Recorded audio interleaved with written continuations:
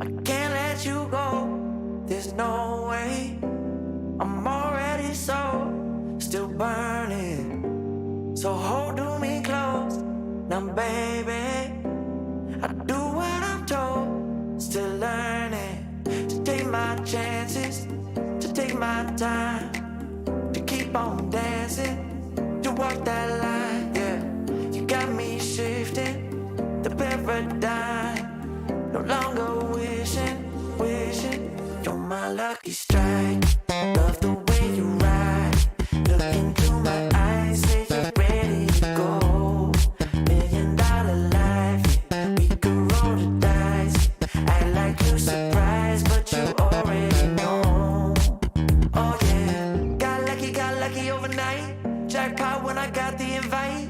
Let me wrap my arms around you, cause I can't go home without you. And my heart just vibe with you, babe. Wanna go sky high with you, babe. Gotta bring you close to tell you that you're my lucky strike. And I got to tell you, if you didn't know, then I got to tell you that you're my lucky strike.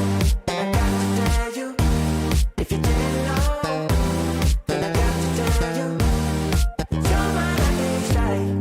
Cooler than cold, I'm all in. So load up the dice, so heavy. The way that you roll, I'm falling. So I never fall, I'm ready to take my chances, to take my time, to keep on dancing, to walk that line, yeah. You got me shifting, the paradigm.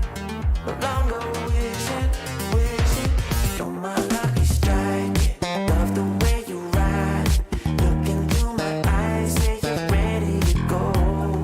$1,000,000 life, yeah. We could roll the dice, yeah. Act like you surprised, but you already know. You're my lucky strike, and I got to tell you.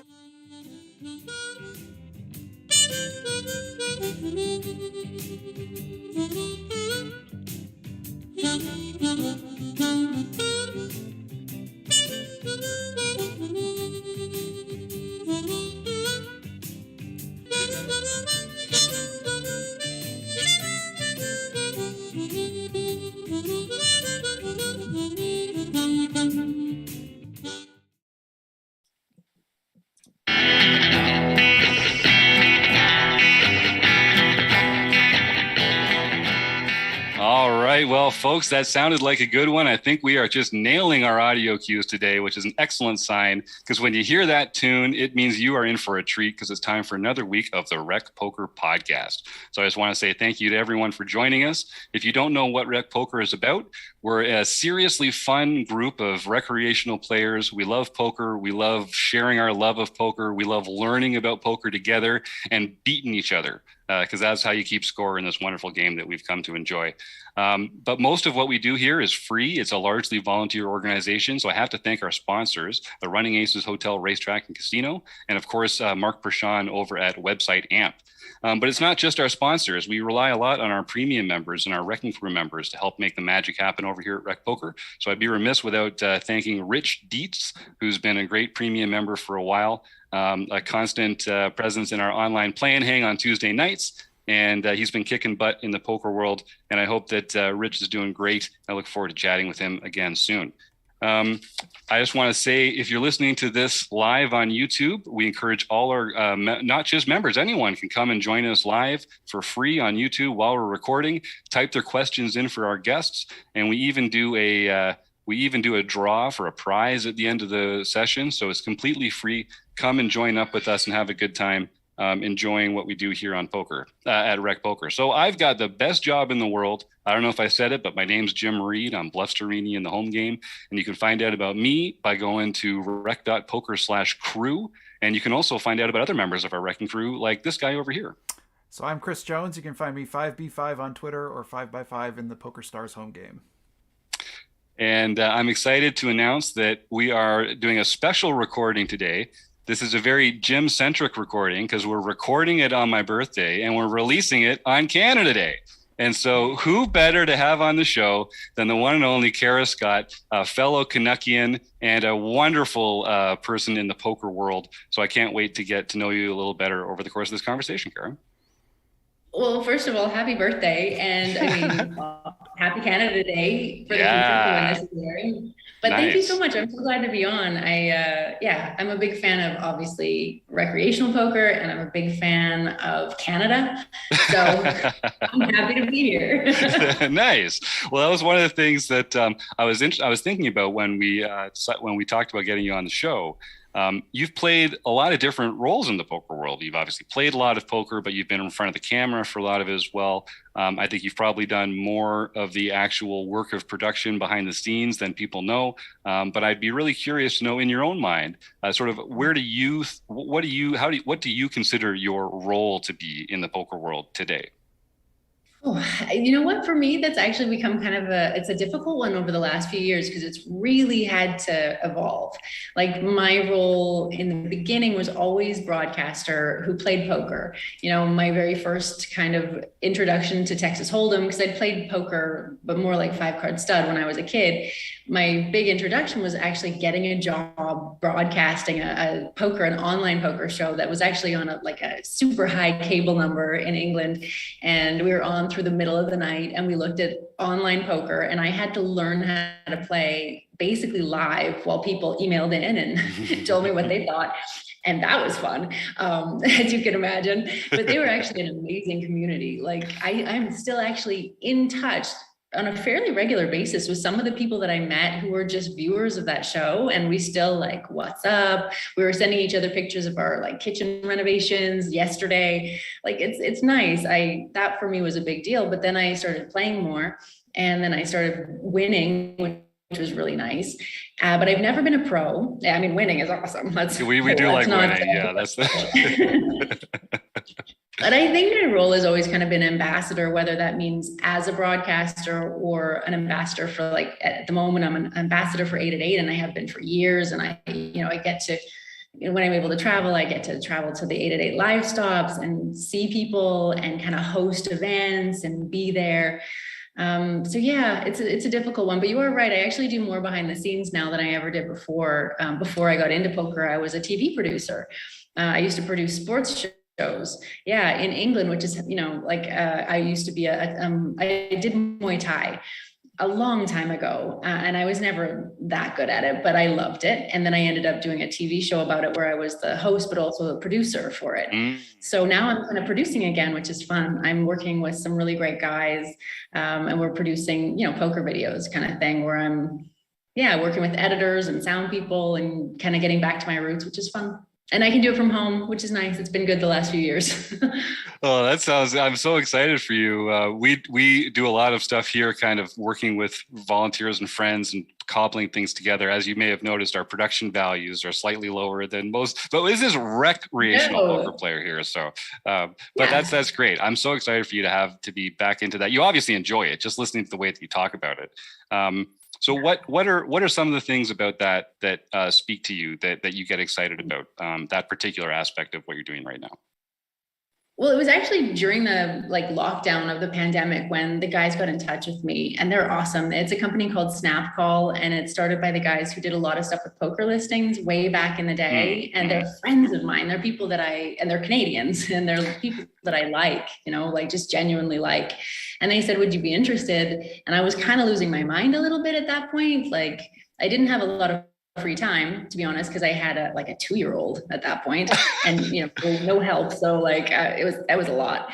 But I was able to pick up even just 20 hours a month where I could interact with other people, and we'd have Zoom calls, and I got to be one of those people on Zoom, which I hadn't been before because I was literally just doing toddler things all day. And so I was talking to adults and just kind of going back through and being able to look at videos and say, actually, I do know this stuff.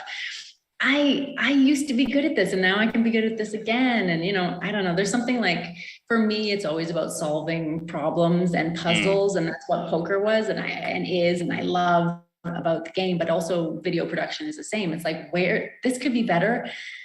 put your finger on why, like figure out how to fix it. And, or just even scheduling all the other ambassadors at 888 Poker, like to wrangle them to make these Zoom call videos that we were making during the lockdowns, like just getting kind of that done. It was fun. It was really fun. That's awesome. Well, fun's the key. Yeah. So I know we've got some folks watching along on YouTube here, and I'll encourage any of them to type their questions into the chat there. We've got one from Dark Angel, who's a friend of ours on Twitter. Kara, what do you think of your new ambassador, Ian Simpson? Also, does his laugh do your head in? Tell the truth as I know him and in real life, and pull his leg always. We had him on the show a few weeks ago. He does seem like a fun character.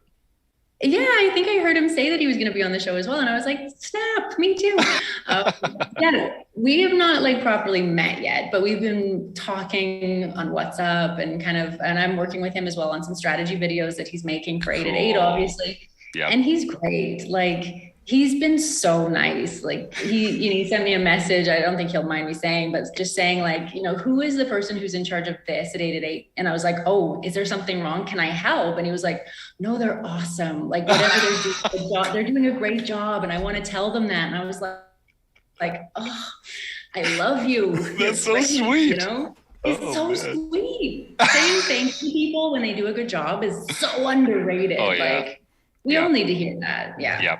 I think he's great. Nice. And life tip for folks, if you're out there and you're dealing with a customer service person or something, one of the nicest things you can do for them is to just say something nice about what they've done to help you that day and offer to tell a supervisor or something like that. It costs you nothing to go tell their boss that they made a nice impact on your day, but it can be really impactful for them. And like I say, it's just nice, spread some smiles around the world. It's a nice way to touch some people. So that's great. That doesn't surprise me at all. I could tell Ian was a big softie as soon as we got him on the air here. I think he's going to be a good friend of the show. Yeah. Chris, did you have a question there? Well, I mean, speaking, I'm not just reflecting this back now, telling you that you're doing a great job, but I also wanted to just chat about the Heart of Poker a little bit. That's been a new venture of yours. I'm a big fan, and I don't want to put words into your mouth about what it is. I kind of want to ask you, like, how do you describe what makes the Heart of Poker different from some of the other podcasts out there? Well, to be honest, when I knew that I needed to do a podcast, I was a bit nervous. Like 888 said to me, we'd like you to do a podcast. And I was like, there are so many good ones and they're already doing what they do so well. And I don't want to compete with established podcasts that are already doing what they do, because people only have a certain amount of time in the day. It has to have a purpose, right? Like there's got to be a reason for it. And that's what I really want to. Uh-oh. Got a little lag there. Let's hope it's temporary. Chris, is it also lagging on my end too? Oh, I just heard a little something. All right, she's back. All right, excellent. Apparently I was telling secrets and I got shut up. There you go. That's right. What were you saying? Poor things about the Zoom Corporation. They have to come in and censor you. But yeah, you were just saying didn't want to compete with other podcasts, but had this sort of desire to get out there and do something. And then we just lost you. Okay, well, I was just trying to think, where are my strengths? I'm not going to do a strategy podcast. That's not going to play to my strengths. It's not going to be just a straight interview, because they're already being done and they're established. And like you guys, people do what they do really well. And I thought I liked learning about people. And I just kind of started like brainstorming, and I was brainstorming with a friend of mine, and we came up with this. I thought about this article that I'd read about the 36 questions that lead to love in, I think, the New York Times at the time. And it was, people were just doing it. They were taking these 36 questions that these psychologists had come up with as a way to really get to know someone, but to also to really shortcut intimacy. So by the end of this 2-hour date, you're supposed to fall in love if you're compatible, because you had this chance to really go deep in terms of questioning. And I liked the idea of that. And I thought, these are questions that we don't ask people in poker, or anyone generally. And again, it was kind of during the pandemic, and I was really hungry to connect to people and talk to people. And so for me, that's what it was all about, really. And so, and what I really wanted to ask you about that is, because I really love the format, and I think it has been, for me, it's been really refreshing and surprising to hear some of the guests who you kind of think not that I know them, like I don't know them personally, but like I'm aware of them and they're, famous in the poker world. And I kind of get a sense of maybe who I think they are. And I feel like your podcast reveals really different sides of people. And I love that. And one of the things I wanted to ask you was sort of like, what are some of the surprising things that have maybe surprised you about doing that format and about the people that you've interviewed? What are some of your favorite interviews? It's a great question. And honestly, thanks for saying nice things about the podcast, because I do love doing it. And it's nice that people like listen. So thank you. But I know what you mean. I have found myself really surprised by some guests. I think the biggest surprise for me was the interview that I did with Ali Najad. And I've worked with him for a really long time, because we've known each other, like 15 years maybe now at this point, but we've never really hung out socially. And so I didn't know much about his life story. And I was incredibly surprised that he just immediately dropped like all these barriers and just was like, this is one of the biggest traumas of my life and how I dealt with it. And I was like, wow, I hadn't expected that. And I respected it a lot. And I thought that it was going to give people a real insight into who he is. And it certainly did that for me. And it changed the way that he and I talk to each other now. So it's like, it's not just about the podcast. We've spoken since then a little bit, and I think it's changed the way I interact with him. And I like that about it, Yeah, I like that about it. But there've been some really great ones. I think Maury Eskandani, I loved interviewing him, and he is like best boss ever. I couldn't say enough nice things about him. When he was finally inducted into the Hall of Fame, I was so thrilled. And his son is a friend of mine, and we both cried, and it was really nice. But he told that story about how, he left Iran and then he wasn't able to go back.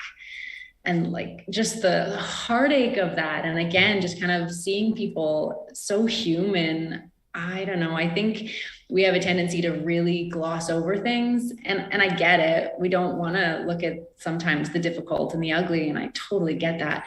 But I think there's a lot of value in it. Like just seeing the reality of things, not dwelling on these difficult things, but seeing them and realizing that people go through them. We all go through them. And we're not alone when we go through them, because it's like, it's humanity, right? It's just the way it is. Right. Yeah, and I think that's one of the things I love about. I mean, we hear so much about just sims and solves and people playing in the poker world, and you get that intensity of like the competition side of it, and you kind of forget the fact that everyone comes to the table with their own personal stories and their own personal backgrounds and their own personal challenges and struggles and joys. And if it's not them holding up a trophy, maybe that's sort of lost, right? And that's one of the things that I so keep doing it. I'm a big fan. Thank you. But it can't all be sunshine and lollipops. There must be some challenges associated with it. My question would be, what's the hardest part of doing a regular podcast like that? Just sky's the limit. What's the hardest part for you of doing it? Well, initially when I started it, I imagined I was going to do it for a year, and it's like a monthly thing. So it was going to be 12 episodes. And I was thinking the important part of it for me was that the whole experiment was about a conversation. So it wasn't an interview. It's about a conversation between two people who both share. And that's what makes people comfortable, to say their own. But then after a while, I've told my stories, and I wasn't sure how personal I wanted to be with it, because I've never been personal and open in that way in poker or like in the media before.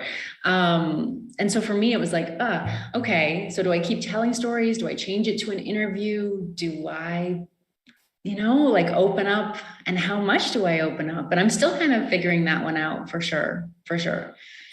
Yeah, me too. I'm sort of like a famously private person up until a few years ago when I got more involved in rec poker.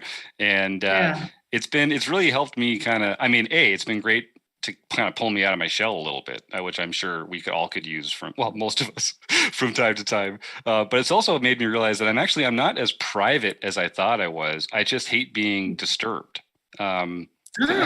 Yes. Right. But I really thought I was a very private person, but I'm actually not. I just like to be able to left alone when I'm putting my mind to something that I'm trying to work on.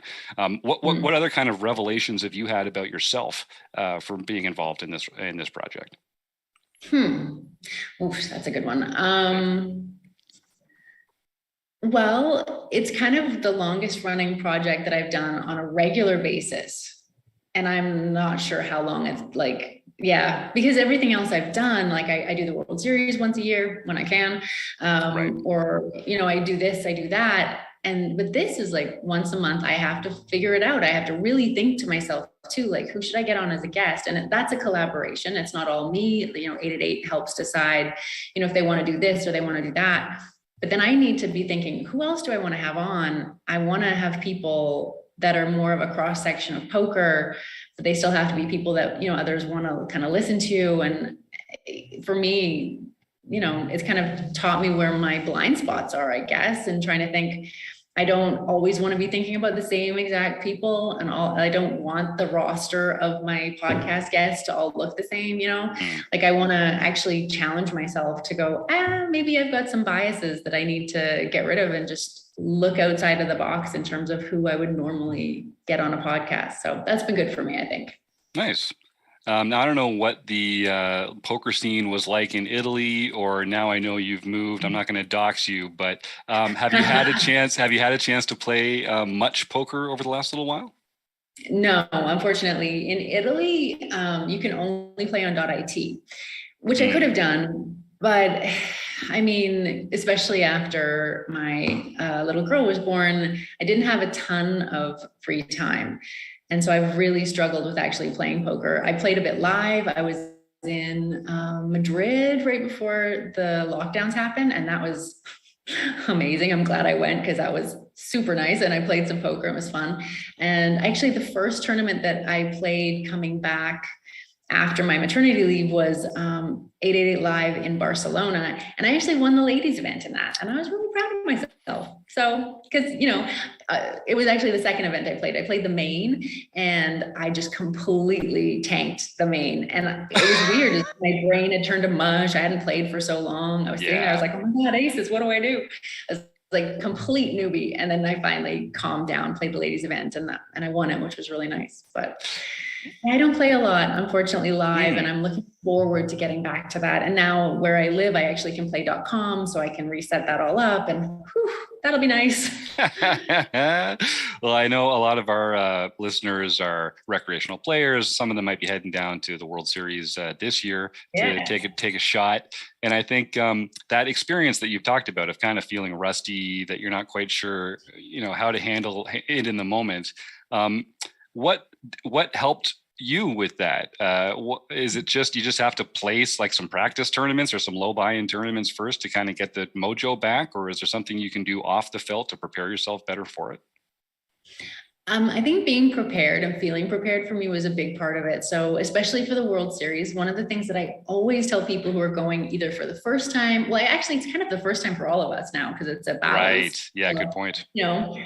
Go and check it out ahead of time, figure out where the rooms are, know where you're going, know where you're going to park. Like everything's new now. Figure out maybe where the food venues are and what you're going to eat, know where the bathrooms are. Like just feel comfortable so that you're not in a panic when you arrive because you can't find this or you haven't got your ticket for there, or like that kind of preparation I think is the biggest part. And it always was for me too. Like don't feel silly about sitting down and being there on time for the first hand. Like that's awesome. Do that. Make yourself comfortable. And yeah, that was always really key for me. Nice. We've got a couple more comments here in the chat. So Dark Angel is saying that there's a lot of great players that are totally underrated that you get a chance to come on the podcast. Yeah, I think that's right. And I like what you're saying, Kara, about having sort of a different cross section of guests. Because a lot of people do just kind of do the podcast circuit, and you can kind of hear them one after another within a few weeks of each other, and the stories are kind of similar. And it's interesting to hear from them. But there are so many interesting characters in the poker world. Who's one person regardless of whether 888 would want them on the show or not, who's one person that you would like to have on the show sometime in the next little while, assuming that you had your druthers?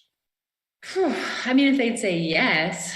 That's what we're talking about. Yeah. Yeah, like that's the thing. I would love to get either Tom Dwan or Phil Ivey on, because they don't really do that, like they aren't doing the super personal interviews. And I'm curious to get to know them. Like I'd like to actually do that, to figure out where they are in their lives right now. But I think they're both incredibly private, and that's just not something they're going to do. I really wanted to get Linda Johnson and Jan Fisher on, maybe together. I think that would be amazing. And the whole plan was, we were setting it up and then the lockdowns happened and we didn't end up going to Vegas. We were going to do it live in the first year that we were doing it. So yeah. And then it didn't happen because they didn't want to do like the Zoom podcast with me. They just were like, oh, we don't have the camera. The microphone is kind of a pain in the ass. Like, let's do it live. And I love them. Yes. So there won't be time, unfortunately, for me in Vegas this year because I'm flying literally in the day before and then out. But I would love to get them for sure. The stories are amazing. So yeah, they've seen some things, so they have a chance to share some good stories. So what are your Vegas plans this year? When are you going in? What are you playing? And what are you looking forward to? Well, I will not be able to play, unfortunately. I'm going to be flying in. I won't even, I know, no, not even a single tournament this time, which is sad, but I do get to go. So I'm not complaining at all.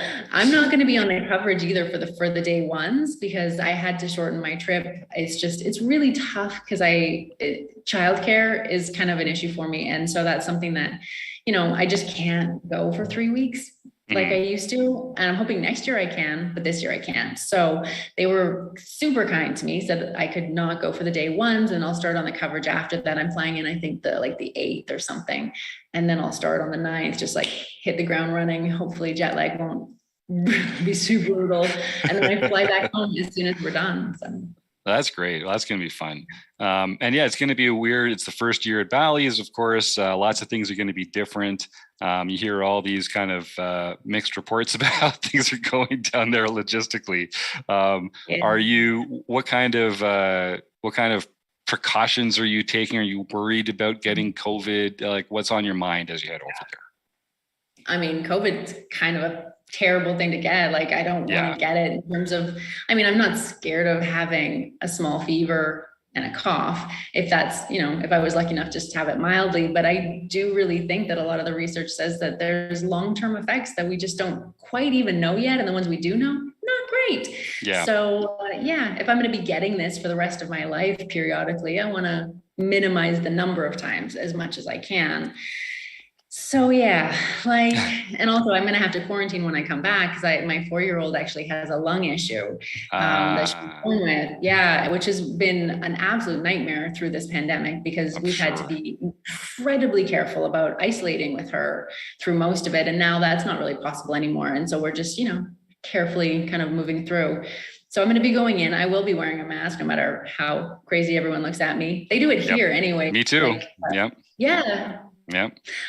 I'm literally the only person in shops. I'm living in Slovenia now, and there's zero masking here. And in Italy, it's a very common thing to have your mask on in a shop or whatever, and it's not looked at as strange at all.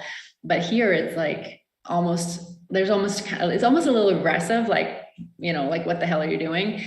And I want to say, like, I have a little girl who has a lung issue and I have to be more careful, but also I just really don't want to, I don't want to catch it. And if I have it, I want to give it to you. And but nobody wants to hear it. And I get that. I'll be wearing it on my way to work. I won't be able to wear it obviously on camera. I'm not going to be doing as much kind of going into the field and talking to people as I normally would. Cause I just, which is a shame, but we're poker players, not gamblers. Right. Thank you. So let's talk about that a little bit. So why Slovenia? Like you've got this international allure. You're, this Canadian kid out on the world doing great, exploring all these fantastic places. I guess, well, first, what made you decide to settle in Italy? Because I know you lived there for quite a while. And then what made you decide to move to Slovenia?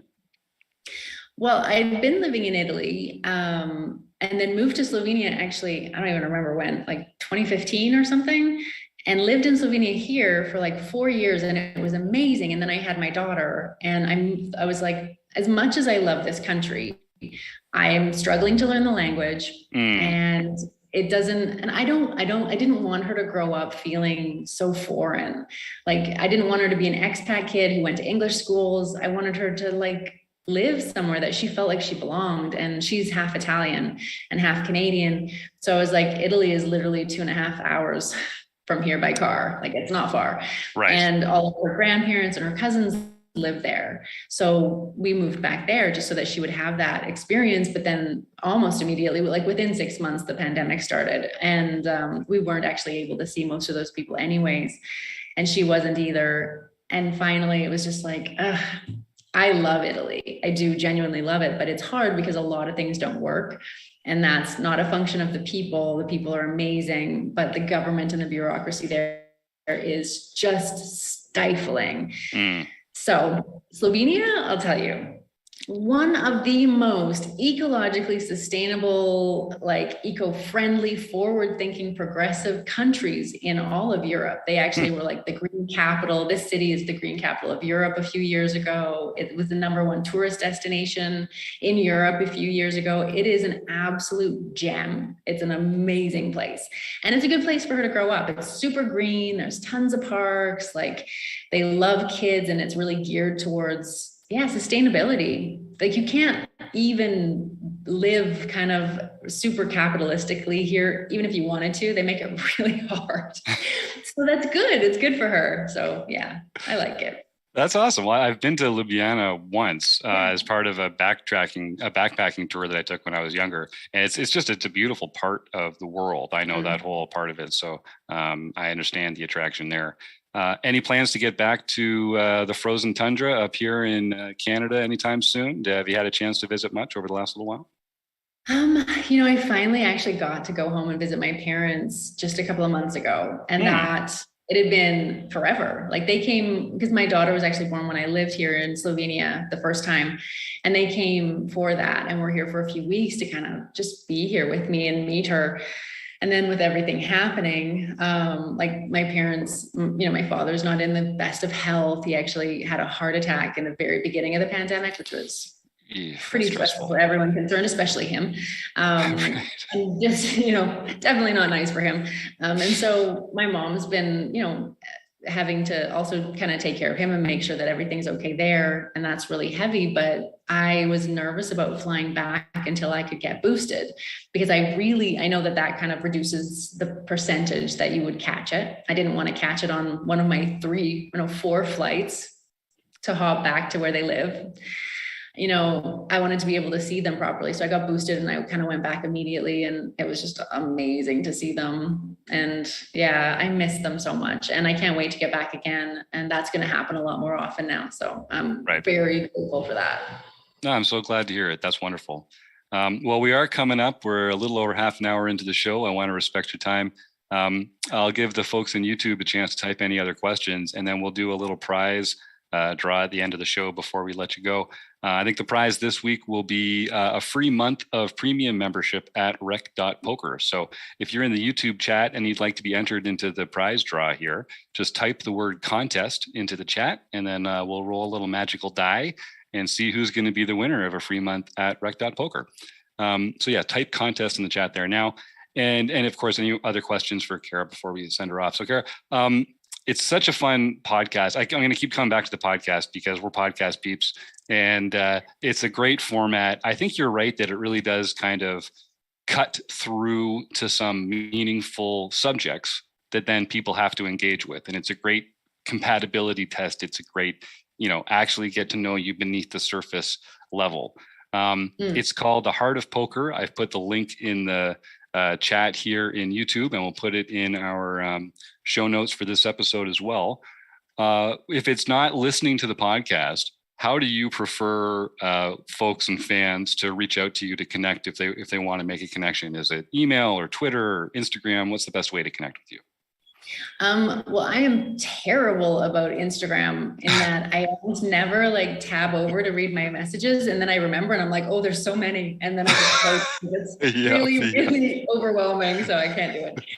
So Twitter I actually do stay up to date with. So that, and I love having, conversations with people, and that's really nice to be able to hear what people are doing and thinking and, talking about in terms of poker. So yeah, that's the best place. That's awesome. Kara At Kara OTR. And I could personally vouch for it. If you just reach out and say some nice things and mention that you're Canadian in like the first line of the DM, then there's a chance you'll get Kara on the show. You never know. we had Daniel Negrani on relatively recently. People were like, did you like really have to push the Canadian thing? I was like, it actually didn't come up. But when it came to Kara, I was like, first line, let's get it in there. I want to make sure that we know everyone has to know. Oh man. So we got a few. One more question here from Donna in the chat. Where after Vegas will you be going? So is it back to Slovenia at that point, or more plans? Yeah, back to Slovenia. Still trying to kind of settle in here, so that's going to take a bit of doing, and just having a bit of a summer, I think, before I'm hoping to hit one of the 888 live kind of events that are going to be coming up in the fall. Right. So yeah, that's my plan. Play a little live poker.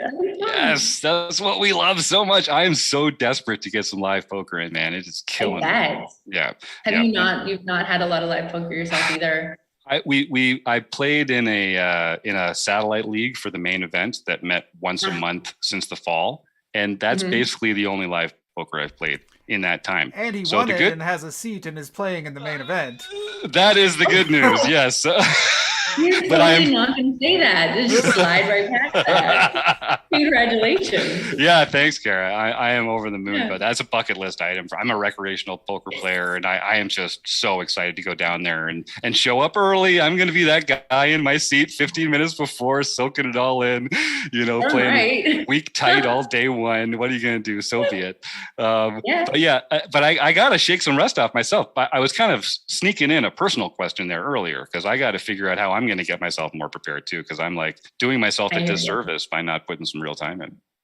Mm-hmm. No, I hear you. I think you're going to be great. It's so much fun. You just really have to enjoy yourself, I think. Yeah. And you get so many chips to start with. It's like, so you definitely don't beat yourself up if something goes wrong. Because I've done that. The few years that I was able to play before I started working at the main event, you make a mistake, whatever, you lose some chips. But like, there's room. You can just kind of brush it off and move on and enjoy it. It's so fun. I miss playing it. Nice. Well, enjoying poker is something I am pretty good at. So I like my odds. I like my odds on that front. Okay. Well, you know what? We're recording this at an earlier time in the day because Kara's over in Europe. And so the time difference made it impossible for us to record in our usual slot. So we've actually got fewer audience members in YouTube right now. So I'm not even going to roll a die. I'm just going to say, for all the members that have typed contest into YouTube there, email me, jim@rec.poker, and you've each won a free month of premium membership here. So we're not going to bother with the time. Yeah, it's cool. Well, we love it here. We're this group of, the more the merrier, let's get some voices in the room and spread this love of poker that we all have. So yeah, you send me that email, Slade and Donna and whoever else is in there, Jamie. Jim@rec.poker, and we will make it happen. Okay. Well, Kara, this was exactly as much fun as I expected it to be. This was a real treat. Thank you for giving us this time. And I know you got so much going on back there at home. It means a lot to steal some time from you today. I have had such a good time, and I'm really glad you asked. And thank you for like accommodating the time difference and the fact that I couldn't do it for a while. Like, I appreciate it so much. And thank you guys. And I'm happy to come back on whenever you like. And good luck. Cheers. Cheers. I will see you there. Oh yeah. I hope so. So. Why not? Right? Why not? Yeah, you gotta if he gets to the final table, maybe you'll even interview him, right? Yeah, that's if you let me, don't big time me. No big time. Don't big time me. Oh, I love it. All right. Well, I've got such a great shout out. Thanks to everyone in the chat who's been so much fun as we go here. Thanks to Kara Scott. We got her, guys. And of course, to our producing co-host, Chris Jones over here, who's killing it. on that side of things. Of course, our sponsors, website AMP, Running Aces Hotel, Racetrack, and Casino. And all you, the listeners, and those fun poker players out there, keep loving poker and tune in next week. We'll talk again real soon.